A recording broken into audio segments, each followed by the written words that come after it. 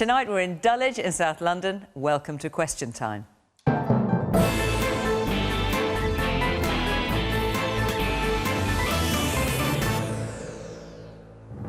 On tonight's panel, Jeremy Wright, former Attorney General, now Secretary of State for Digital, Culture, Media and Sport.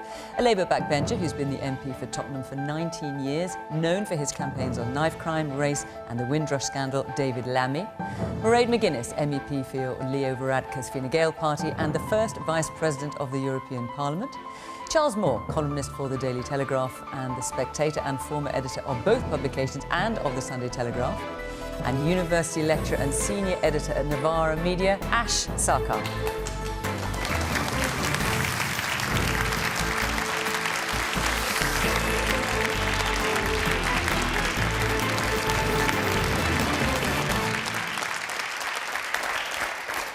Welcome to our panel, to our audience here, and of course to you at home. You know this now. You can argue along using hashtag BBCQT on Twitter, on Facebook and on Instagram. Right, let's get started. Let's have our first question, please, which tonight is from Thilo Schneider. Has Theresa May finally seen sense, or has she set the trap for Labour to tear itself apart? So this is a reference, obviously, to the talks that Theresa May has been having with Jeremy Corbyn. There will be more talks today. Charles Moore. Well, thank you, Fiona. Just before I answer that question, can I say, can I ask you a question, Fiona? Because here I am, and I'm delighted and honoured to be here, but there's a panel of 5, and I'm the only Leave supporter. And if you look at the... You're the only person who voted Leave, well, the government is think I'm really supporting the only Leave. Leave supporter as well, as a matter of fact, but we can argue about that. But I'm certainly the only person who voted Leave. And again on this programme, the balance totally fails to reflect the wider country. Can I just make the point, Charles? This is a question to me. Let me answer it. Yes, obviously, the government supports the Leave position, and last week we had 3 people who took the Leave position and 2 who took the Remain position. And I didn't vote. I can't agree with you, but feel free to answer Thilo's question. The Institute of Economic Affairs did a survey of what happened in the balance on this just recently, and they showed that Leave appearances have only been 36%, whereas Remain has been 60% on this programme. I think we're talking about different definitions of Leave here. This is fascinating, Charles. I'd be very interested to know why the BBC can't reflect the wider country. Why is it that the political class constantly dominates this programme when we know that more than half the people who voted Leave? Why? What is the answer? Well, I told you about the programme last week. We have here a government minister, and the government's position is Leave. Well, ha. Well, you know. Well, I'll explain. I mean, it may not be your version, Charles, but that is the government's position. And fascinating though this is a moment for the audience to ask questions of you. I'm sure you would want to deny them that opportunity. I'm delighted to answer the gentleman's question, which is that I think Theresa May is doing a better job of dividing her own party than of dividing the Labour Party. And I think that her move is extremely unwise, and it's one of a series of moves that she's made which have been mistimed and which have gone against what she said before. She said, goodness knows how many times, for example, that we had to leave on the 29th of March. That was one of them. She said no deal is better than bad deal. She's gone against that. And this is really the last throw of dice that she's been throwing far too often and with much too little success. David Lammy. Is it a trap? Are you worried about that? Well, that's the starting point is Theresa May.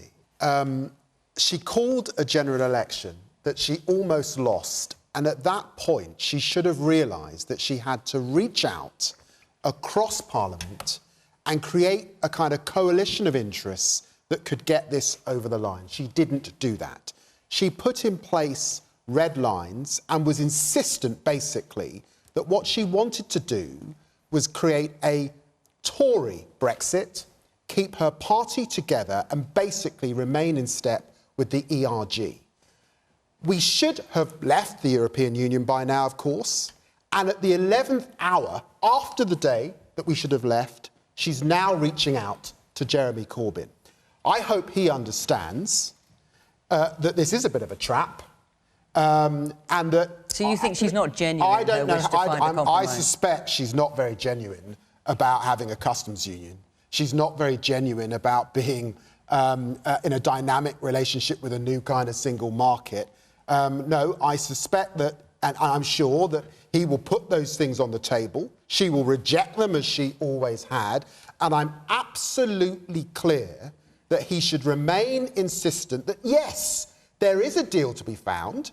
We can get this over the line if she commits, as she should, to put this back to the British people for a confirmatory vote. And that's how we bring this country together, because then the public can choose between her deal or some kind of deal or remaining in the European Union on the balance of what they've seen over the last 2.5 years.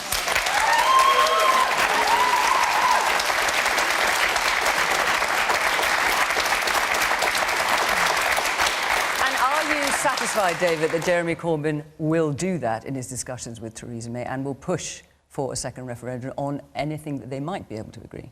I am actually at this point, because he knows that 86% of the membership of the Labour Party expect that confirmatory vote.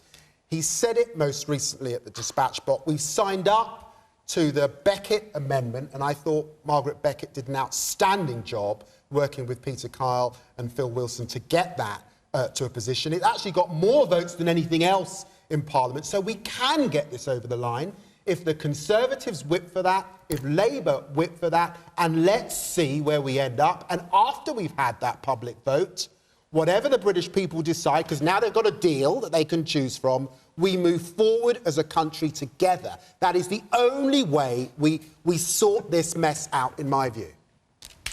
Mairead. Mairead, let's have the view from Brussels then. Well, if timing is important, and it is in politics, I suppose to some extent when we heard her speech, there was a sense of relief that she was reaching across to the opposition, but wondering why it hadn't happened before that date, because we are running out of time. You mentioned that Brexit was meant to happen on March the 29th. It now looks likely to be April the 12th, unless all, as you describe, happens. And I think this is where we feel a huge amount of uncertainty. I would be very troubled if this is now another political game within the House of Commons, because we've had quite a tussle within the Conservative Party about Europe, which caused this entire Brexit. We now, if you're suggesting there is a tussle between the Conservatives and Labour about power, and meanwhile the European Union is very patient, has a withdrawal agreement agreed fairly with the United Kingdom, and we need it ratified in order to make progress. So there's a lot of scenarios that are unfolding even here as I listen.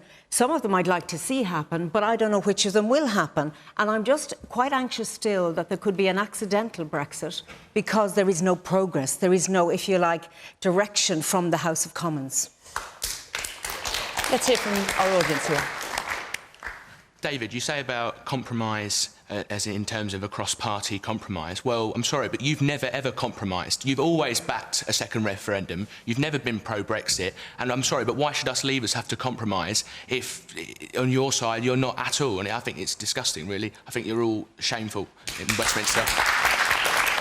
What, on both sides? Yeah, I think the Conservatives have lost. I think they'll lose the next general election. I'm going to come to you very briefly, David, if you would. My friend, a confirmatory vote is a compromise. It's not saying, let's rerun the referendum. This time you have a deal, and the British people may go with that deal. I don't know. I hope they remain. But let me be absolutely clear. My job is to represent the interests of my constituents. I have 42% of young people in Tottenham growing up in child poverty. I have knife crime. I have schools that need funding, GP surgeries that need funding, police that we need. There's no way I will ever vote for a Brexit that will leave my constituents poorer off. I'm doing my job on their behalf, and many, many people in this country who want the option to remain within the European Union on the basis of what they've seen. They can see this hard Brexit, they can see the ERG behind it, and they don't want any part of it. And I'm standing up for those. Yes, in the dark sweater. We're starting from a place of mistrust. Can't we start from a place of trust, where there are two things that we agreed on? We had a referendum, we voted to leave. I voted remain, but we ultimately voted to leave. Second, in the Parliament, we said there was, everybody wanted some sort of a deal. So can't we start with the places we agree and move forward rather than bringing the same old issues back again, where people still who want to remain, people who still want a no-deal Brexit, go for a no-deal Brexit. Can't we compromise and start from a point of agreement and move forward? Jeremy, you obviously were at that cabinet meeting. Went on for some time. Was yeah. it 8 hours or something? Was it? It felt like it. Yes, yeah. I'm sure it felt like an eternity. Where eventually Theresa May emerged from it to say that she wanted to have talks with Jeremy Corbyn. The question from Tila was it a trap? What was the feeling in that meeting in terms of what Theresa May is trying to do?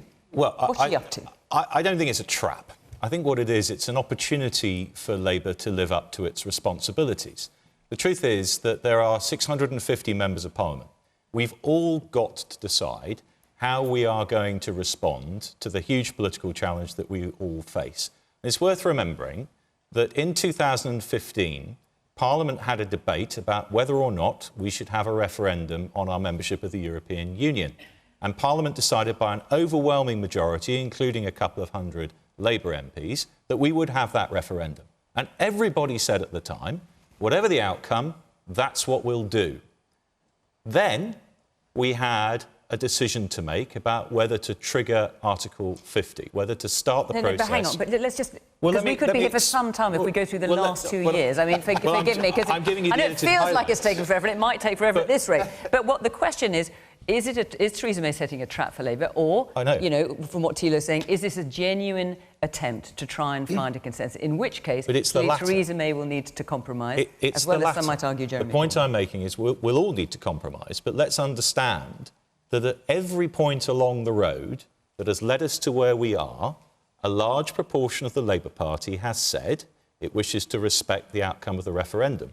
The manifesto that David and other Labour MPs stood on in 2017 said the same. So if we're going to leave, we either do it without a deal or with a deal. Now, I think it would be better to leave with a deal, and I think that's where the majority of members of Parliament are too. We have an opportunity to discuss the best way to leave, the best way to honour the result of the referendum. Now, I would prefer that we follow the deal that the Prime Minister has negotiated. I think that's the best balance of all the different things we are trying to take account of. But if that's not going to happen, and if further compromise is required, then the only way to get it is for us to sit down as the two major political parties and discuss how that should happen. That's exactly what the Prime Minister's doing now, and it's the right thing to do. You have said on your website, I think it is, both a customs union and belong to the single market would be anathema to you. So would you be prepared to compromise on those things? Well, look, I think we're all going to have to talk about how we get to a point where we leave the European Union, which is what the British people have decided they want to do, and that's, for Charles's reassurance, what makes me a leaver now. I didn't vote to leave in the referendum, but I accept, as the gentleman said earlier, that's what the majority of those who voted decided to do. So we should leave. I don't happen to think it would be better to leave without a deal than with a deal. So let us talk about how we leave with a deal. The thing that confuses me, to be frank, is that, as far as I can tell, the disagreements between the Labour Party and the Conservative Party are about what the future relationship should look like. We are agreed, as far as I can see, that if we're going to leave, we need to do it with a withdrawal agreement. And I don't think there is substantial disagreement from the Labour Party about the contents of the withdrawal agreement on the table. The Labour Party voted against it last week, but I don't think they disagree with it. Okay. So perhaps we can find some measure of compromise on that. Ash, let's hear from you. I mean, to answer the question that was initially asked about whether or not this is a trap, I think it's irrelevant about whether or not it's a trap or whether this is a genuine attempt at finding consensus. Because either way, Theresa May is bad at it.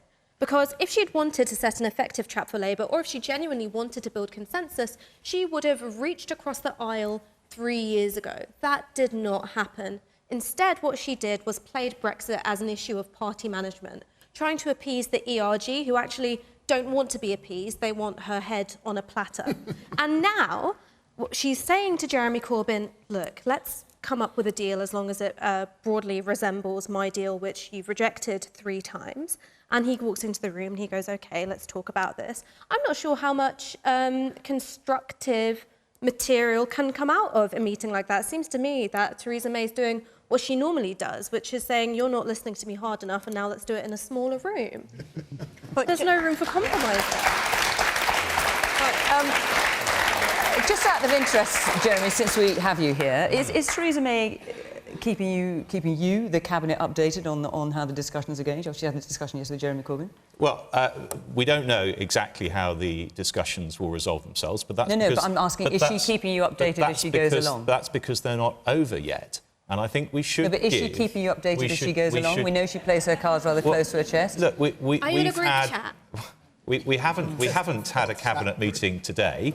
We spent quite some time having one earlier in the week. So we haven't had a cabinet meeting today. But we have had quite a long discussion about how we get to the point where we can reach an agreement. And I do think that I'm sure for many people in this room and for many people beyond it, what you'd most like is for us to get on with it, sort this out, so we can go on and talk about other things. That is clearly not going to happen if we all stick to exactly the same position we've all had up to now. OK. So let's discuss it and see if we can reach an agreement. Well, let's discuss it with our audience as well. The young man in the glasses now. Firstly, I'd like to support the man in the blue tie. I think, yes, everybody must make compromises. That is, I mean... He's called Jeremy. Jeremy, sorry. That's OK. I wasn't very prepared for this. Jeremy, I must back you. I think every politician must make compromises. And, I mean, basically, why can't you? I mean, this is going to sound imbecilic, but why can't you just, tomorrow morning, walk over, say, to Miss May's office and knock on her door and say, Miss May, we've had a think and we would like to compromise and sort of bring it to her. I mean, she should bring it to you because well, you know, they're in the same party. They're on the same side. But that's a very interesting point. The man in the blue shirt there. I just wanted to point out something. Let's put Brexit aside for one moment. A lot of things that have been said on the panel, in my opinion, sound slightly undemocratic. We've had the largest turnout ever in British politics, where 17.4 million people voted to the simple question of remain in the EU or leave the EU. Now, the dangerous game we're playing here is, you know, you're going against the will of the people. And to even mention a second referendum, Mr. Lammy, it's just undemocratic what you're saying. No, it is, because at the next election... Hold on, hear me out. If we go to the next election and we're not too happy with the result because Labour got in or another party got in, what do? Oh, let's put it back to the people. I'm not happy. I agree. Best out of 3, best out of 5, best out of 10. Before we had democracy, does anyone here recall the system we had before democracy? Do we recall? It was violence. The majority rule came in. You accept what the majority say, because otherwise, people won't follow any rules. And it was violence that we had. We had civil wars. I don't want to see that. Bang on. There's a woman there. You haven't got your hand up, but I saw just behind. Yes, you there in the black top. I saw that you were shaking your head at that because you didn't agree with that. Yes, you there. Me? Yes. Sorry, yes. I'm green. Sorry, not black. Oh, I'm so sorry. I can't quite see everything here. I think we've tried for nearly 3 years to find a solution, and we have failed. Let's take it back to the people. Let's give us another vote, and then just let's move on from there. You can't. Charles Moore. I think the gentleman who asked that question is completely right, because the question was asked by Parliament. Parliament agreed to ask it, and they said that they would abide by the result. And so when you now say, oh, we've got to have a people's vote, which is always said, by the way, by the people who are against what the people voted, you are despising the people's vote. And it's just a pretense. They attacked the whole idea of a referendum at the time, and then afterwards they suddenly decide to wrap it up as a people's vote. It's extremely... It's not... You raised a very important point, because it's not like a general election. A general election result is changed under the system at least every 5 years. This is intentionally forever, and we were told that, and that's why we voted. And that's why we voted, by the way, in such numbers, whether we will leave or remain, because we realised it was important and decisive and that it would carry the day and that MPs would implement it. And therefore, when they fail to do it, they are absolutely breaking their trust with us. Wait a minute, let Mairead finish his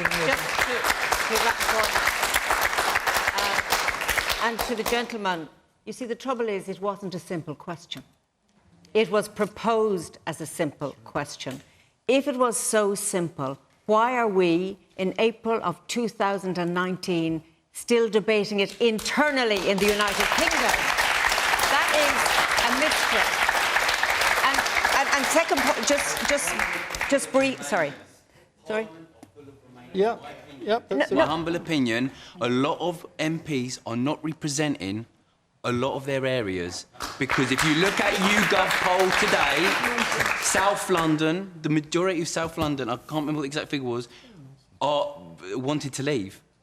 Yep. No, YouGov poll, Google it. Can I also say that in Ireland, where I'm from, Parliament is not in touch with the people on the ground. We hold referendum more frequently, and sometimes we vote again because the government has failed in explaining the detail of the referendum.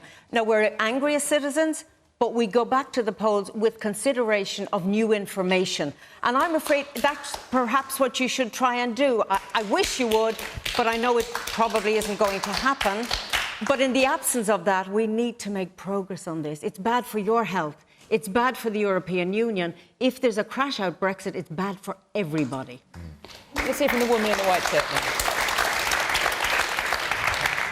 Just to respond to what the gentleman said, I think it's completely fair and just to offer people a chance to rethink things when what they thought they entered into has now changed. The game has changed. And when I speak to relatives of mine, I voted Remain, but relatives of mine voted Leave. When I speak to them now and have very real conversations about, do you think that you made a well-informed decision? Their answer is no, and they would change their minds. So I think you should allow people to realise and act upon the fact that what they were promised and what they were fed incorrectly, using their data and targeting them on social media websites, giving them misinformation, that they are now much more informed, and you're seeing people making much more well-informed decisions, and you should allow people to vote on that. Let's hear from the man there in the blue jacket. I don't know whether it's a trap for Jeremy Corbyn. It's certainly a trap for us to have an agreement made in a smoke-filled room without the smoke between Theresa May and Jeremy Corbyn. And whatever they come up with will be really different from what people who voted to leave wanted. And that's why it needs to come back to us. It just has to come back to us for the final vote. You in the Cabinet, you're not good enough at this. You haven't come up with a solution. Parliament hasn't come up with a solution. It's these guys who have to come up with a solution, not you. But they did come up with a solution. They did. We did the democracy. Now what we need is the leadership. And we have been denied the leadership. That's not what's going to be on offer next week. What's going to be on offer next week won't be what you voted for, Charles. I'm sorry, what Charles is suggesting is sort of facile. And the reason it's facile is because there is not one version of Leave. There isn't one version. There's one version of Remain, but there's not one version of Leave. Never mind the fact that there were lies told. They told you you'd get 350 million. They told you Turks were arriving. They said they'd have 40 trade deals. None of it's turned out to be true. And for that reason, once we've got a deal, if the British people want that deal, then we will implement it the day after we've had that public vote. But the British people should be allowed, in their own interests, to have the option to remain within the club that is the European Union. Absolutely.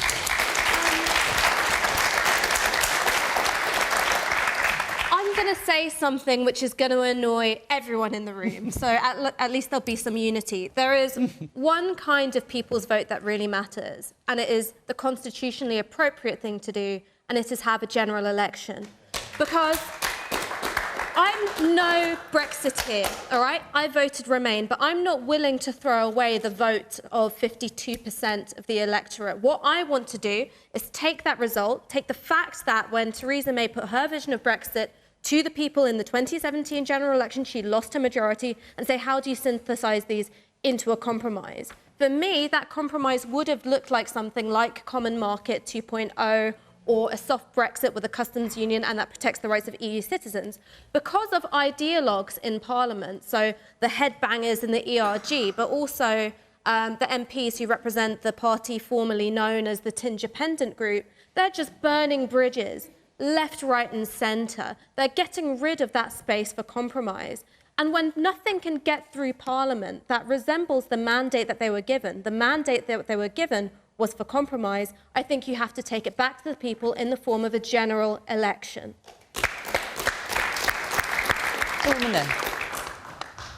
Yes, you.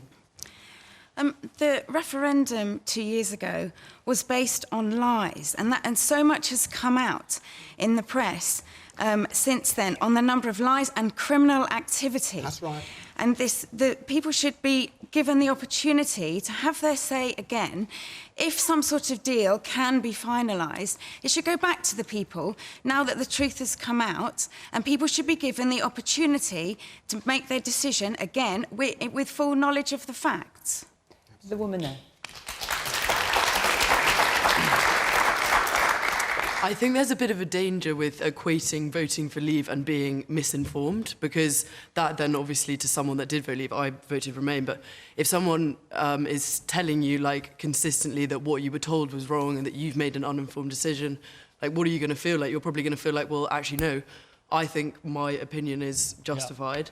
Yet all these politicians and political commentators are saying, actually no, you've got the facts wrong and you're wrong and I'm right, so therefore I'm the one that's allowed to kind of like bring it back to the people.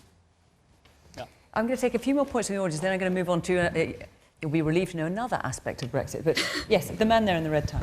Yeah, I'm glad that Mairead is here from the European Parliament, because with the benefit of hindsight, as Mr. Lammy said, Theresa May lost the election, or lost the majority.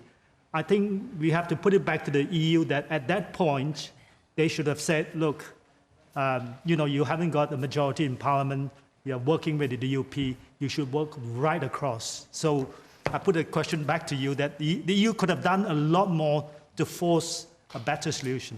Let me just say, can we just say we did encourage across the House, but we can't interfere because I'm sure there would be reactions if we did.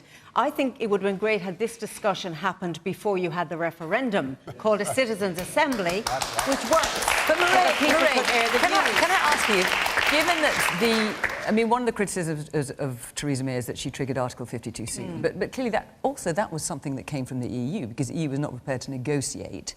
Well, I can quote it to you if you like. The EU was not prepared to negotiate until Article 50 was triggered. That was made completely explicit. So does the EU... I mean, there's been obviously a lot of criticism of Theresa May and her government. Does the EU share any responsibility for the mess that we're in now because of that? Frankly, no, because we... Because if we hadn't triggered Article 50, some might argue we might have been able to reach consensus and then trigger Article 50. But then you'd be disrespecting the treaties, and rules matter. But before we even get to Theresa May, David Cameron came to Europe before he had the referendum. He got concessions which he completely refused, or if you like, failed to communicate, and he went with the referendum that I frankly knew he couldn't win, because I didn't think he was convinced himself. The trouble for Europe is that while you are having this conversation, we are watching, and it's not good for the European Union. We'd love you to stay, we respect your decision to leave, but we'd like to know how you're going to go and when. And really, not so much, no, I don't mean that in the way it sounds. I love you all.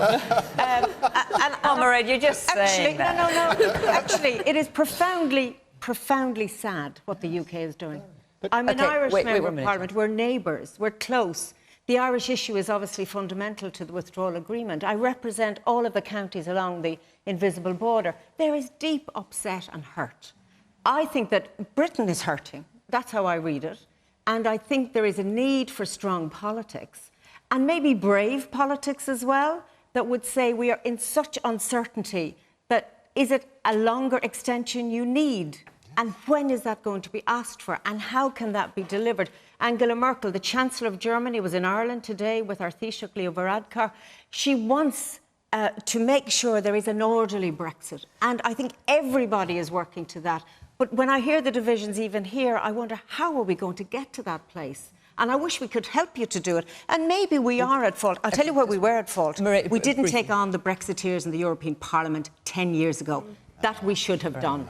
I'm going to move on. You just wanted to say something. Just let me pick up on the referendum question, because these are unusual processes. I mean, the whole thing's unusual. No one's ever left the European Union before. There's no playbook for this. We're all finding our way through the process. But referendums are unusual in this country as well. As I said, I campaigned for Remain in that referendum. And one of the arguments I remember making was that if you decide to leave the European Union, you cannot know what kind of deal we will get from the EU. You cannot know exactly what the future will look like. And people who voted in that referendum heard those arguments, and as they're perfectly entitled to do, they said, well, that's fine, but I think there are bigger advantages in voting to leave than in staying.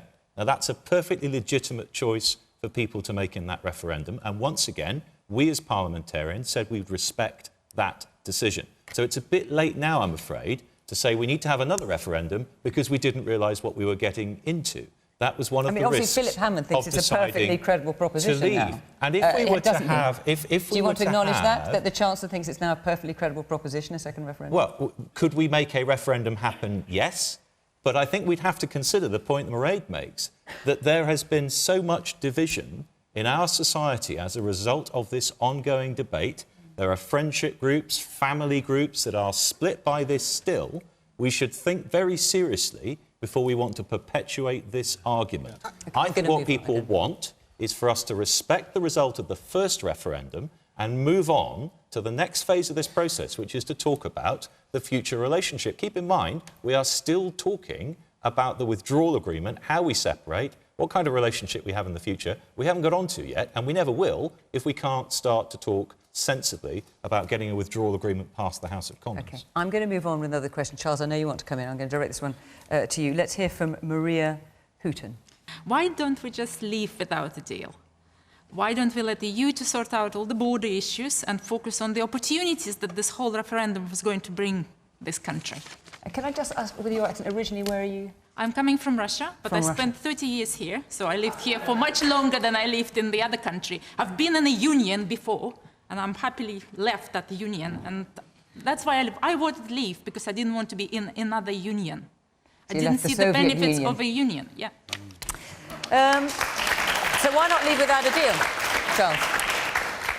Well, I'm totally in favour of leaving without a deal. And when Mrs May used to say no deal is better than a bad deal, she should have added something else, which is that if you don't have no deal in the back of your locker, you will get a bad deal. And that is exactly what has happened. The EU knows perfectly well that she has no bottom line, and so effectively she's not Prime Minister now, and effectively the people, all the MPs are arguing incessantly in all their complicated, mad, Letwinian schemes and so on. But what's actually going to happen is that the EU is going to decide now. They're the people who've got the power in this situation because they will set the date and terms of the extension. The whole thing has been thrown away, and it's been thrown away because Mrs May never had a serious bottom line. If we get out, which Parliament's trying to stop us from doing, if we get out with no deal, we will have a difficult, it's not ideal, we will have a difficult period in the short term, but we will be a free country again that can make its own decisions and can make its own trade deals and go its own way in the world instead of being dictated to by people whom we cannot elect. That's ridiculous. Ash. Mairead, I'll come to you in just a second. Ash. You elect MEPs. What's become increasingly clear to me is that there are a certain set of people that see Brexit as just one big game and it's all about brinksmanship and talking tough. When I hear about no deal, I don't think about what's in the back of Theresa May's pocket when she's negotiating. I don't think about how Britain will suddenly become independent. I start worrying about how my friends who are diabetic are going to get their insulin. I start worrying about how my friends who've got epilepsy are going to get their medicine. This was covered on Newsnight just last night, is that the stockpiling that should be done in the NHS England and Wales has actually fallen really short. That's what worries me, and it's not a game. Mairead, one of the interesting things that Maria said was not only why not leave without a deal, but she said also let the EU solve border issues. Well, you see, frankly, the problem with Brexit is the slogans around it. The idea that you can walk away and no deal is just fantasy land, because even if it happens, within 2 days, the United Kingdom would need to speak to the European Union, because you cannot walk out of your house, slam the door, and not come back and tidy up the mess. Of course. And therefore, with respect, Charles, and this is a very serious point, And I come here to make very serious points because the livelihoods of people I represent are being damaged by this. So the issues of citizens' rights, which is fundamental, the issues of money, which is also fundamental, and in particular, personal to me, is the issue of the invisible border on the island of Ireland.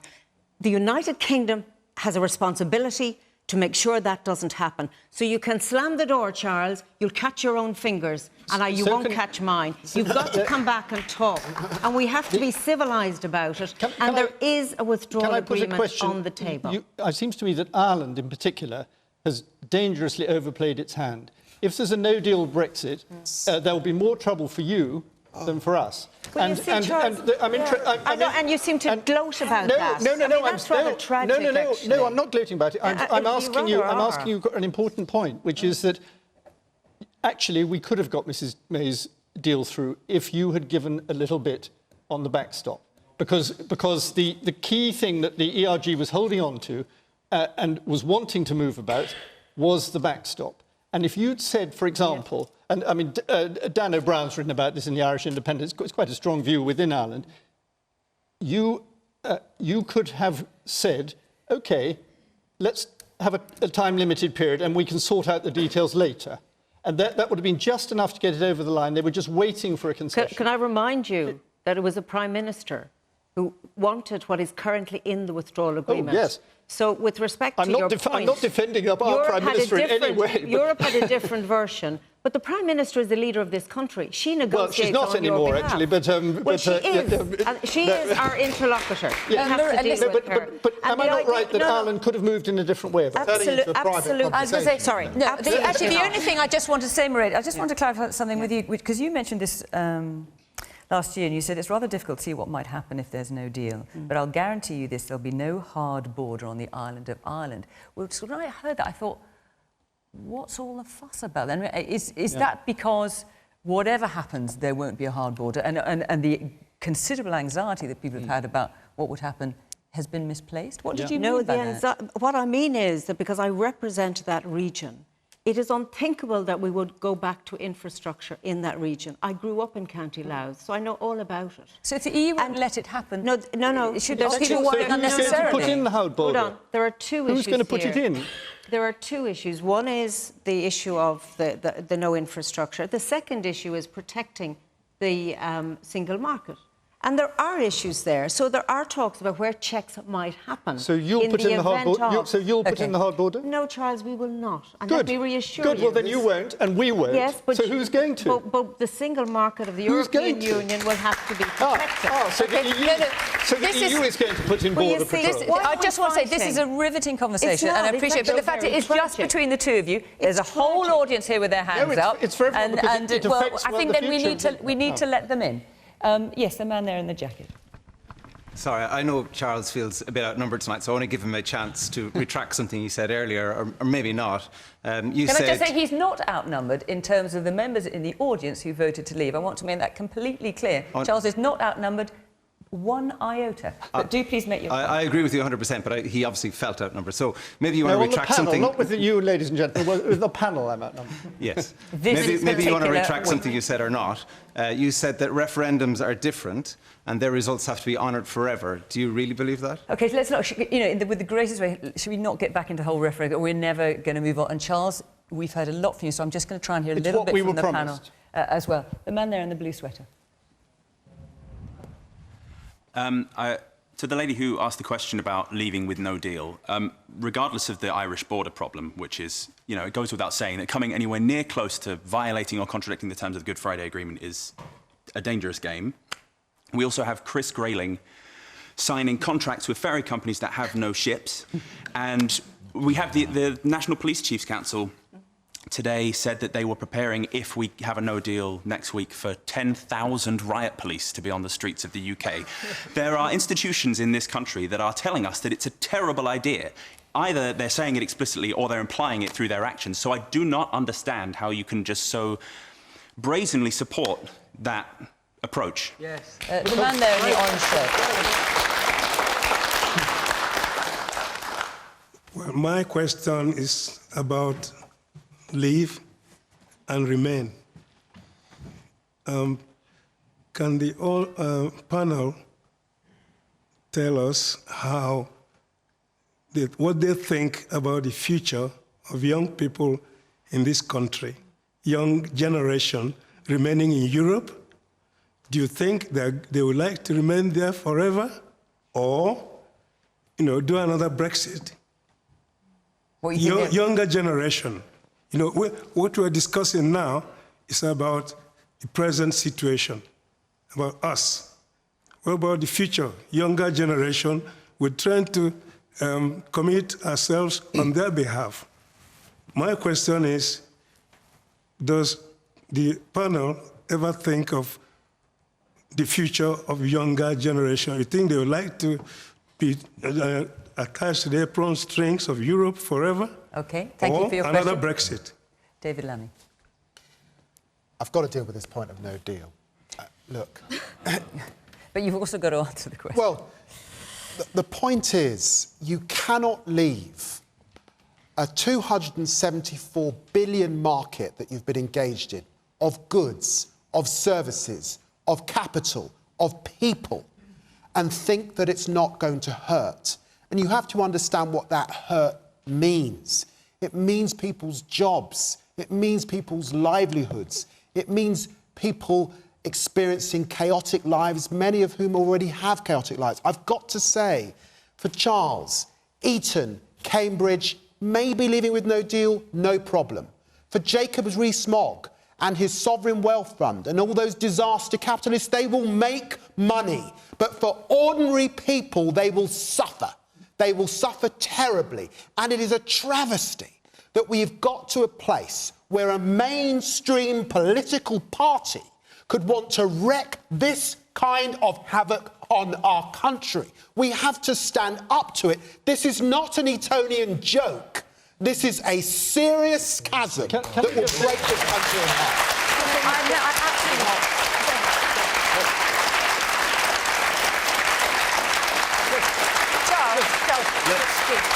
Charles, I know you want to get in, but Jeremy has not had a chance to answer the question yet. Jeremy. Charles, Jeremy has not had a time to answer this question yet. 17.4 million people did not go to Eton. Well, they did not vote for a leave without a deal Brexit, and you know it. Right. Those 17.4 million did not do that. You're now foisting that on them. How do you know what they thought? All right. Well, let's hear from Jeremy. It was never sold in that way. Ever. Let's just deal with whether no deal is anyone in the mainstream political process's policy preference. It isn't. It is not the government's preference to leave with no deal. As people will have noticed, we've been spending some considerable time trying to leave with a deal and to persuade Parliament that that's what should happen. So nobody is arguing that no deal is the preference here. But if you ask whether we can say no deal is impossible now, can we, as Parliament, as government, take it off the table and stop worrying about it, the answer to that is no. Because even if we ask for an extension, even if we go back to the European Union and we say, we know that at the moment, if nothing else happens, we'll leave without a deal at the end of next week, but we'd like a little bit longer, there's nothing that says that the European Union is obliged to give us that extension. So we have to prepare for no deal in case it happens, and the government has been. But it is not the preference. The preference is to leave with a deal. And it seems to me that what we've got to is a place where if you accept, and I accept David doesn't, that we ought to respect the result of the first referendum and leave the European Union, then it is overwhelmingly in our interests to do that with a deal. And the good news is we've got one. Now, people will say it's not been too popular. Perfect. But then and why I accept it's not compromise during perfect. the indicative vote? I accept it's not perfect. But I don't think that the deal that's on the table, that the Prime Minister's negotiated, is worse than no deal. And I don't think it's worse than no Brexit. Because if we were to say to the people of this country and to the world beyond it that we had an exercise in democracy of unprecedented scale, we asked people to make a big decision about their long-term future, as Charles says. This was not an opinion poll. It was not, how do you feel for the next 5 years? It was, make a long-term decision. And people did. Now, we don't know what was in their minds when they did, but they did. And I think we have to treat people as grown-ups in this democracy, and we have to respect the decision that they came to. But once they came to it, it was over to the politicians to negotiate a sensible way out of the European Union. That's what we've been trying to do. Now, I will entirely accept it has not gone according to plan. But this is really difficult. And I think people need to recognise it's hard. And even at this late stage, accept that you don't get everything you want in this process. And even if the deal isn't perfect, it is a lot better than the only realistically deliverable alternatives, which are no deal or no Brexit at all. And I don't want either of those. OK, I'm just going to...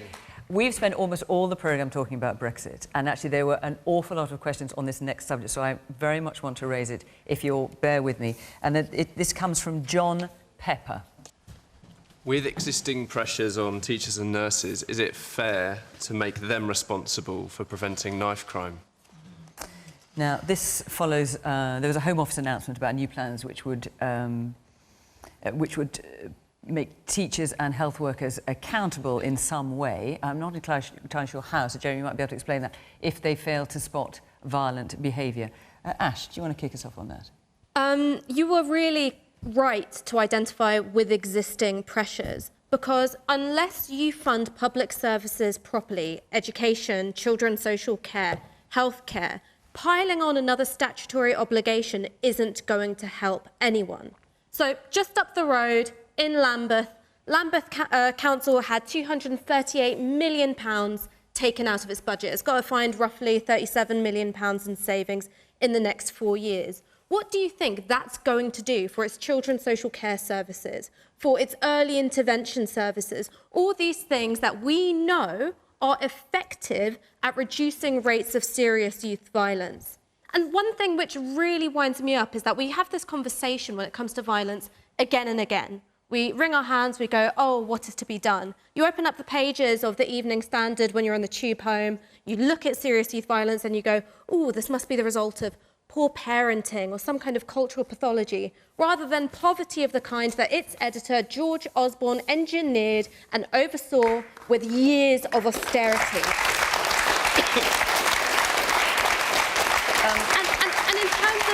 And in terms of knowing what works, we have a model that works in terms of reducing serious youth violence. It was trialled in Glasgow and it worked in Glasgow. Glasgow, once upon a time, had the highest murder rate in Europe, and it's now roughly half what it used to be. And what you need is money and you need manpower. You need good workers who are well paid, who aren't overworked, who are working in social work, who are working in the healthcare system, working in education, and all working together to protect and to support at-risk youth. And you know what? That is the thing which will stop this epidemic of violence in our cities.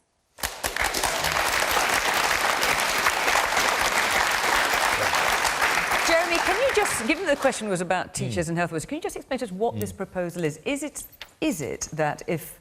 Well, how is that going to work with nurses? Are they seriously going to be held accountable?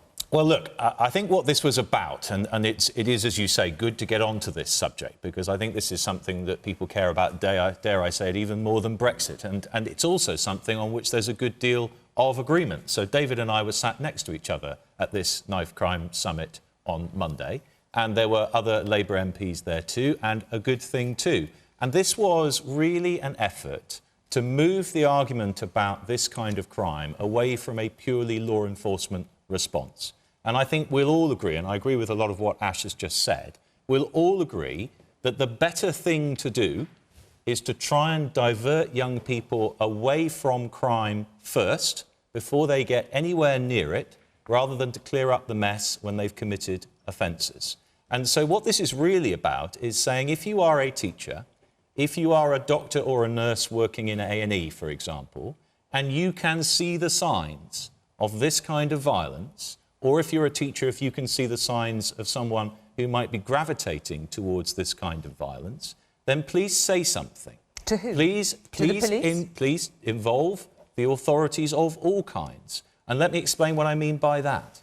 One of the things we talked about in the course of the summit on Monday was, within my departmental portfolio, what other things can we do to make sure either that young people who already have got involved in this violence, or better yet, those who haven't yet, What else can we attract them towards? You cannot defund youth centres. Well, let me pick up the funding point. Let me pick up the funding point. One of the first things that I did in the job I hold now was to say I want to spend more money in getting young people at school who don't at the moment get the chance to participate in drama to be able to do that. So we are spending millions of pounds on getting young people involved in drama, music, the sorts of things that will keep people away from this kind of violence. Sport helps too. Another thing we talked about on Monday was what more the Premier League can do and will do to get young people playing football instead of joining gangs and getting involved in this kind of violence. Strikers That's what we're against talking about. Now, look, the Conservative Party I want to will hear get from the a audience fair as well, amount of Jeremy, stick so-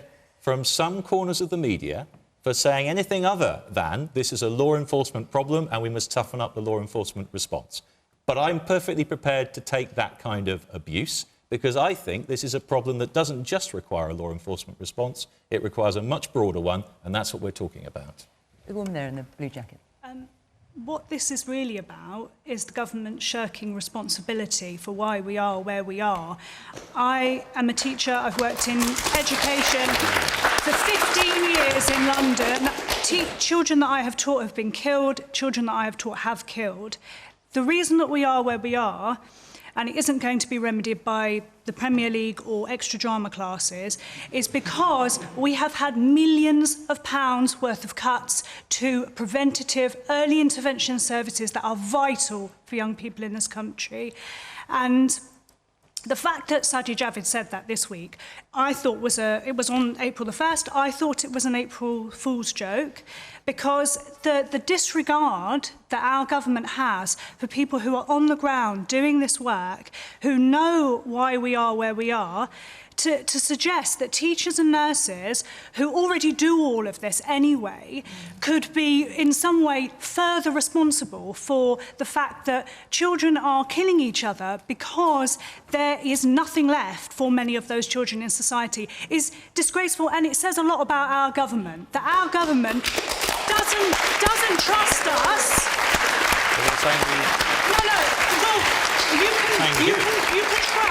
You can shrug your shoulders, and that's the point, isn't it? That we've got people in government who do. They shrug their shoulders, they tell us what reality is for us, for people who are doing the jobs, and then they come out with sound bites like, oh, teachers and nurses, you can identify people who are at risk, and if not, you'll be accountable. It's disgraceful. This is why the government is not fit for purpose anymore. Well, OK, look, let me respond. I'm afraid not a great length. I have to let the rest of them in too. Let me respond.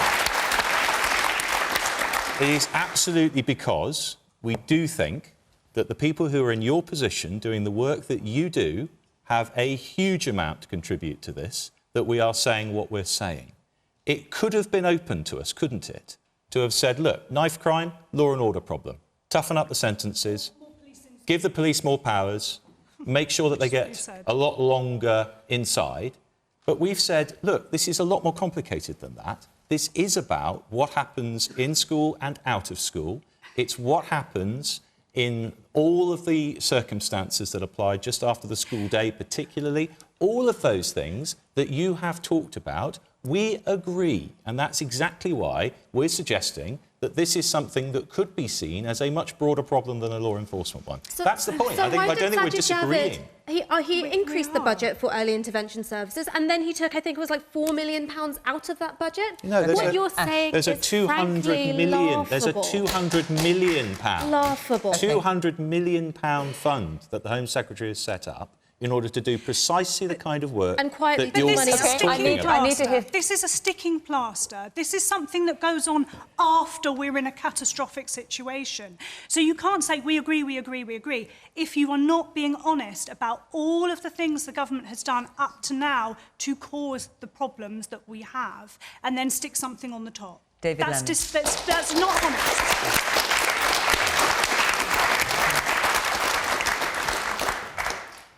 We've got the biggest crisis of youth violence and knife crime since 1946. It's desperate. And I've sat with too many parents who have lost their children. We need cross-party consensus, and we absolutely need resources. There is a demand for cocaine that's soaring, and poor children are trafficking drugs across the country. Why have the government cut the border force? You do need youth workers. You do need people working with young people after school, cut by 50%. Of course, on our housing estates across the country, you need visible neighbourhood policing that know those young people. Anyone who's got a child with special educational needs or a mental health problem, look at the queues and the wait for support from CAMS, the Child and Adolescent Mental Health Services. All parents are struggling with social media. Where is the regulation and the support coming from the government? We're still waiting for the announcement of the strategy from your department, Jeremy. From your department. So we've got now many, many issues coming together. There is no silver bullet, but my God, this is going to need resources, it's going to need effort. Do not blame the teachers, nurses and doctors that are in the front line of this epidemic that was created here in the United Kingdom.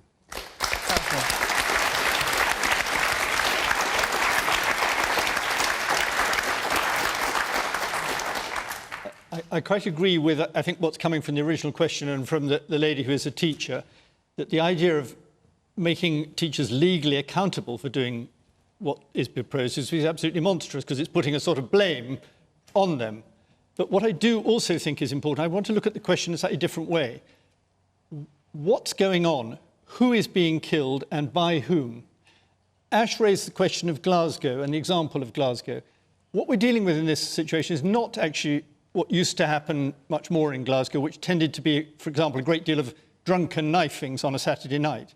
We're dealing with something very specific and very, very horrible, which is basically manhunts. Manhunts often conducted by boys. So you get a group of youths on bicycles chasing another boy who's in a different gang down a shopping precinct or something like that and trying to kill him, and sometimes succeeding. And when you look at who these people are, you can often find they're in very, very particular tiny districts. If you take N22, for example, Wood Green, you'll actually find the Knoll Park estate is a particular problem. It seems to me everything that needs to be worked out is to find out who the people are, where they come from, why they're against the other lot of people, why there is these turf wars, and to have as many pairs of eyes on them as possible. And in that sense, I do think it's very important to draw on the knowledge of teachers. And I think it's very important to draw on more police as well. And I think there should be more teachers. I mean, for example, it used to happen in Hackney, in Mossbourne, that some teachers used to escort pupils home at the end of the day. Now, obviously, you can't do that if you're grossly understaffed. But suppose you could have more teachers in such schools so that such a process could happen. If you can watch the streets carefully, if you could have more pairs of eyes, more CCTV, more knowledge of what all this is about, you will get much further than if you just have a great generalisation. Just can I say very briefly, because we're almost out of time. I mean, this is a tragedy when I hear the statistics. Teachers know more than anyone else, but we're asking teachers in all countries to do too much. Yeah. You cannot do everything. What really grieves me listening to this evening is that Brexit is going to make you poorer, that the resources you need, and even the political capital that is wasted on this debate on Brexit, when life and death issues are much more important. I find that very tragic. It really is a sad occasion. We're out of time. I'm only sorry we didn't have more time to discuss this subject. So many of you got your hands up, but I'm afraid our hour is well and truly up. Our next programme is on the 25th of April, and that is in Nottingham. And the following week, we will be in Warrington. Call 0330 123 9988 if you'd like to be in the audience. Of course, go to the Question Time website. You can follow the instructions there. And if you want to have your say, if you want to continue this discussion on tonight's topics, you can join Adrian Charles and guests on Question Time Extra Time. That's on 5 Live now. But for now, thank you very much to my panel, to all of you, our audience here, and of course, thank you to you at home for watching. From Dulwich, bye-bye.